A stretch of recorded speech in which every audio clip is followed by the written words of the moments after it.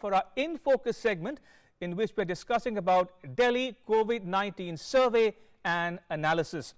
All right, joining me are Dr. Randeep Guleria and Dr. N.krishna Reddy. Dr. Guleria is the director of the All India Institute of Medical Sciences, New Delhi.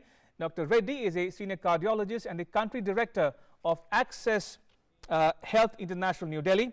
Dr. Guleria joins us from Delhi and Dr. Reddy from Hyderabad. Gentlemen, welcome to News Night. Let me start with you, Dr. Guleria. Help our viewers understand the significance of this serological survey conducted in Delhi and the import of those results for Delhi and the country, the nation at large. So serosurveillance is done to see what is the prevalence of infection in the community, how many people have been exposed to the infection, because it's not a diagnostic test. It does tell us how many people have had the infection and recovered. And we've talked of the IgG antibodies. It takes about 14 days at least for the IgG antibodies to form in sufficient amount for it to be picked up. Now, what this survey did was it looked at people who did not have COVID infection or were not aware of that they had COVID or been tested for COVID infection, and looked to see how many of them had mild or asymptomatic infection which was not tested but had the exposure and just was picked up by the antibodies. And what it shows was that around 23% of individuals in Delhi, in different zones, out of the population, the sample size that they had surveyed, were positive and had the infection. What it also meant was that almost 77% of people had not had the infection and were still vulnerable and had been protected by the lockdown and the containment strategies from getting the infection. And thereby, it suggested two things.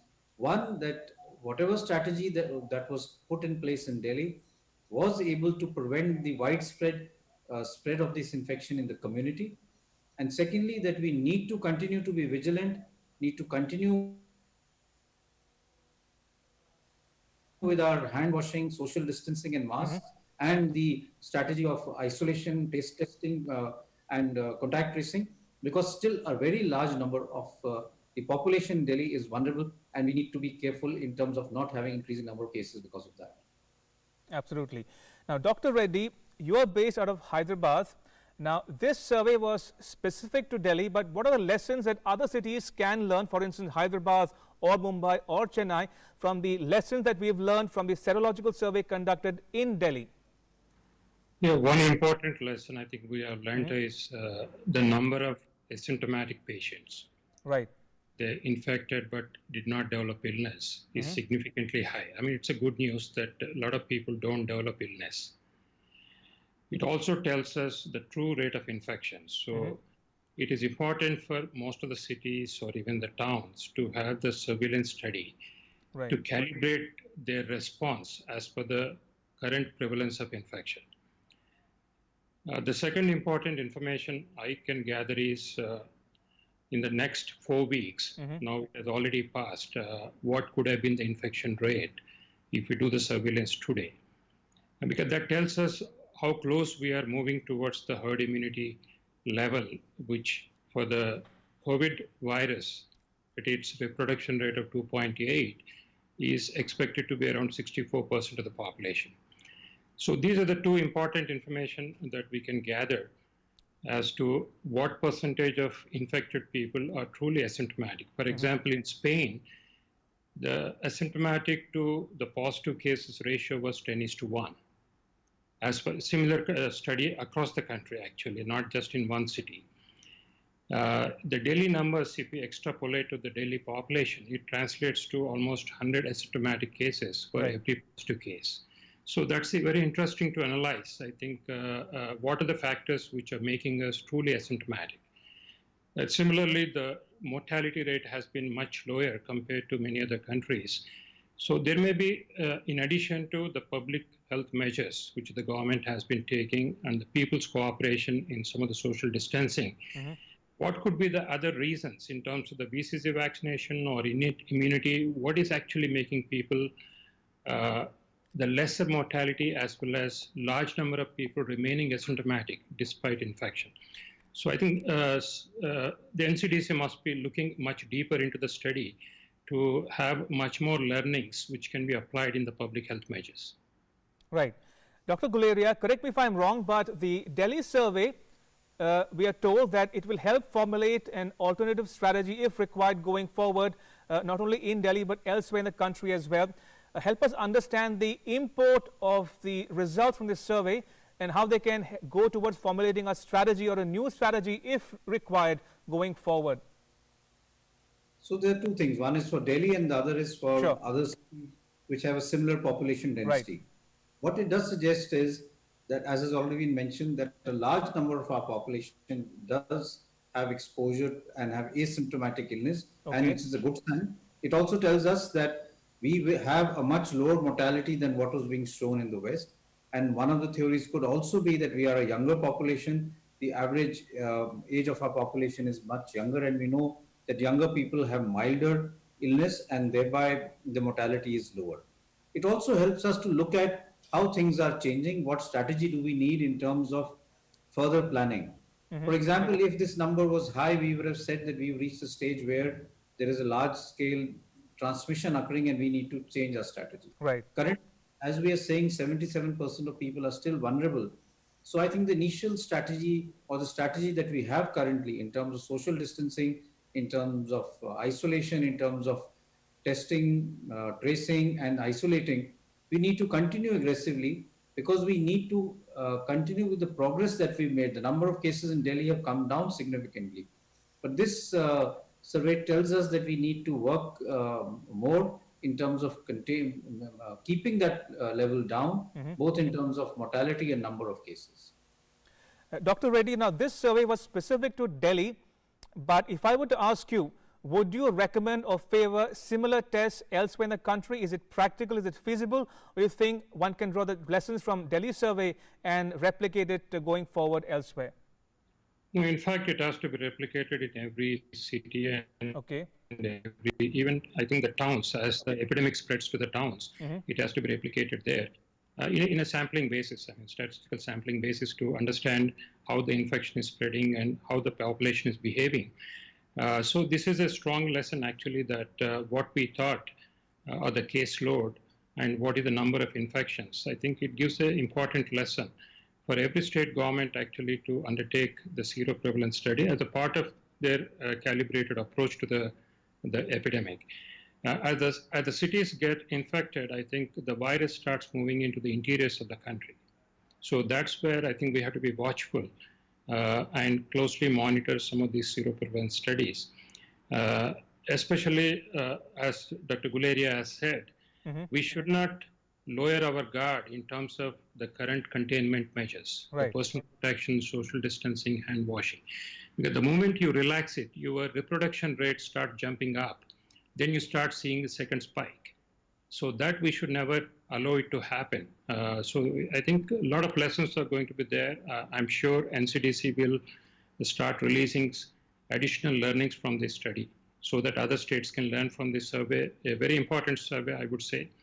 And everybody was waiting for these survey results. I think we are fortunate that we have the data now. I'm sure it will be interesting to undertake similar studies, for example, in Dharavi. What measures impacted the decline in the Dharavi and the containment, and what is the seroprevalence in Dharavi? Suppose the seroprevalence is high, that means that the innate immunity of the Dharavi population must be high. So majority of the people might have remained asymptomatic. So I think, yeah, a lot more learnings we can have from this study. Absolutely. Dr. Guleria, now my next question is about community transmission. Now, does the figure of 23.48% indicate that that stage has not been reached? Is it safe to assume?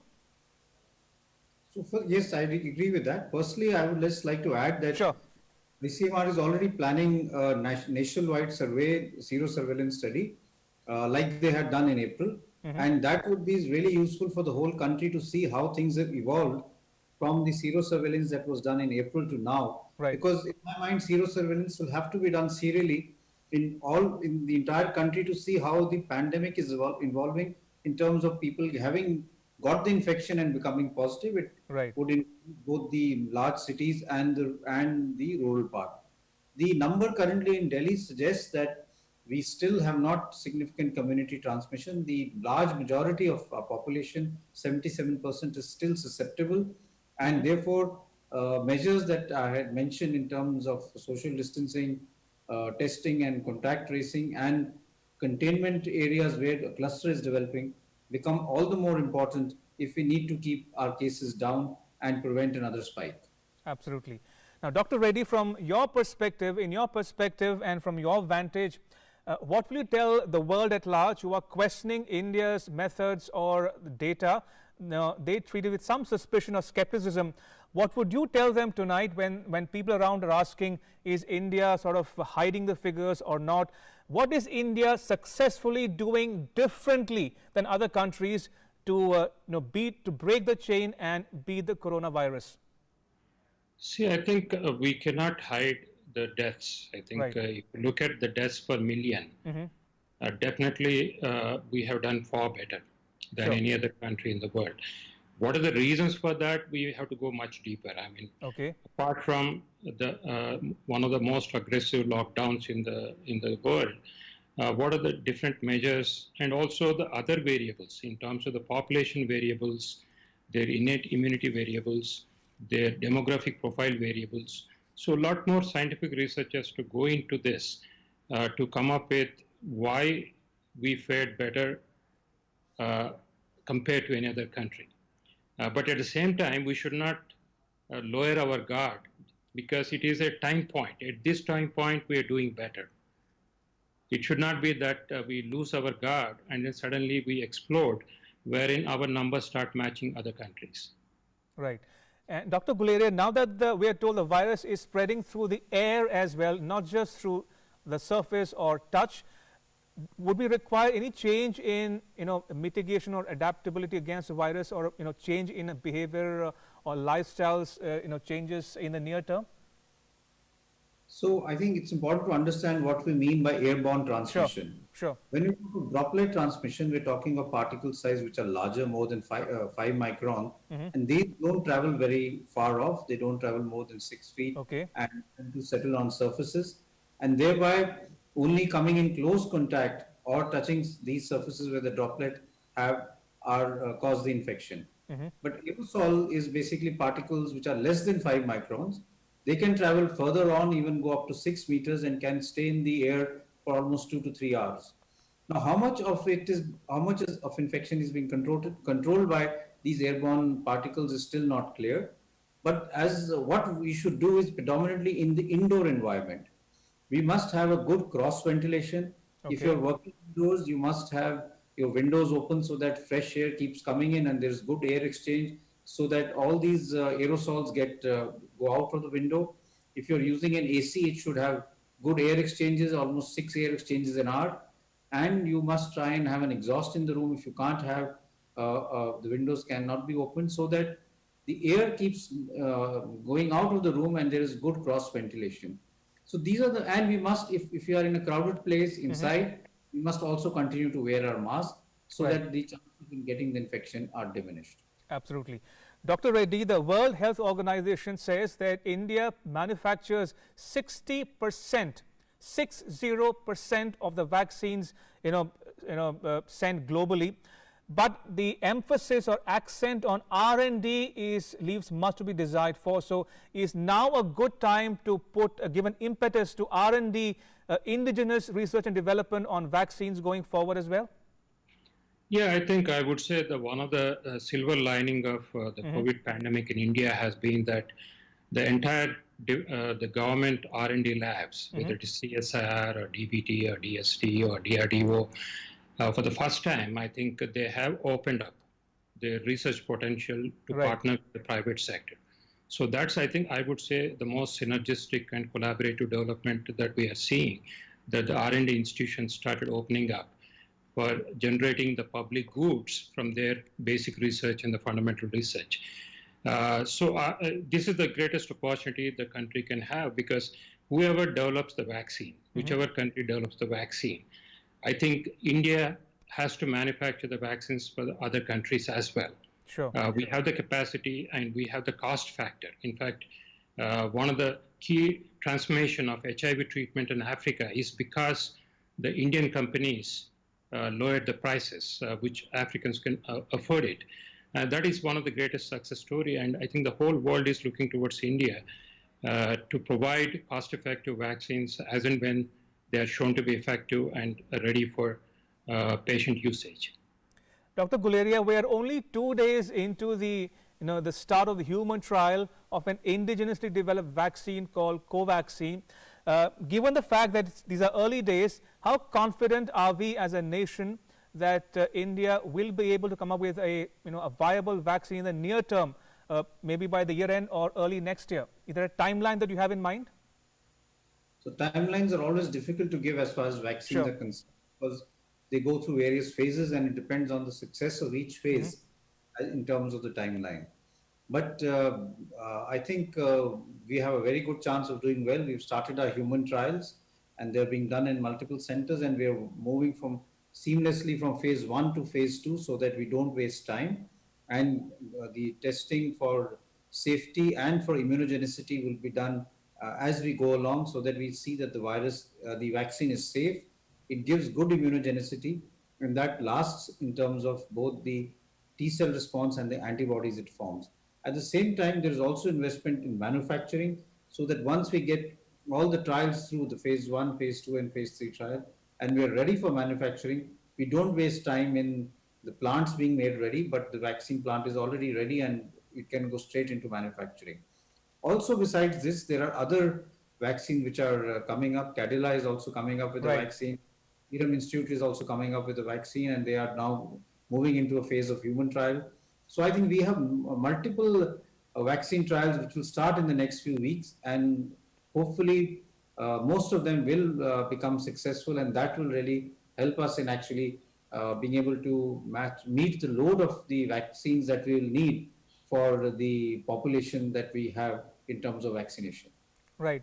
And Dr. Reddy, one question that everybody in India seems to be asking, and around the world at the same time, is that has India peaked? If not, when will India likely peak? So do you have an answer to that question? I didn't understand the question. I mean, people around the world are asking, has India peaked insofar as the incidence of coronavirus is concerned? If not, then do you have a certain timeline in mind when we might actually peak, and then the graph will begin to drop? I think it is still unpredictable as to when it will peak. Okay. Serosurveillance study will help us modeling the peak rate, and also as the data is coming from interior of the countries. As I said, because the wave front is moving from the cities now to the towns and the villages. That is a worry point. So it always makes it challenging to make any predictions. I think we should not keep on predicting, but rather continue to do what we are supposed to do. I think that is, I would say that would be my message, rather than spending time on when it is going to peak or when it is going to subside. All right, I'm running out of time. So very quickly, Dr. Guleria, would you like to hazard a guess or an informed guesstimate on that question about India peaking or not? So again, I think it's a difficult question because there are too many variables. Also, in my mind, we will peak at different times in different areas. Cities will tend to peak at an earlier time because we've had a large number of cases there, and we're already seeing that happening. The number of cases in Delhi has started coming down. It's coming down in other cities also, like Ahmedabad or in Mumbai. Okay. But there are other smaller cities like Patna or Guwahati or where the cases have started increasing. So they will have peaks at different time. So as has been seen in US also, different states will peak at different times, or different areas will peak at different times and come down. So I don't think we can give a number as to when the whole country will peak. It will happen in a gated manner. And that makes our strategy all the more challenging. Absolutely. Because people will also travel.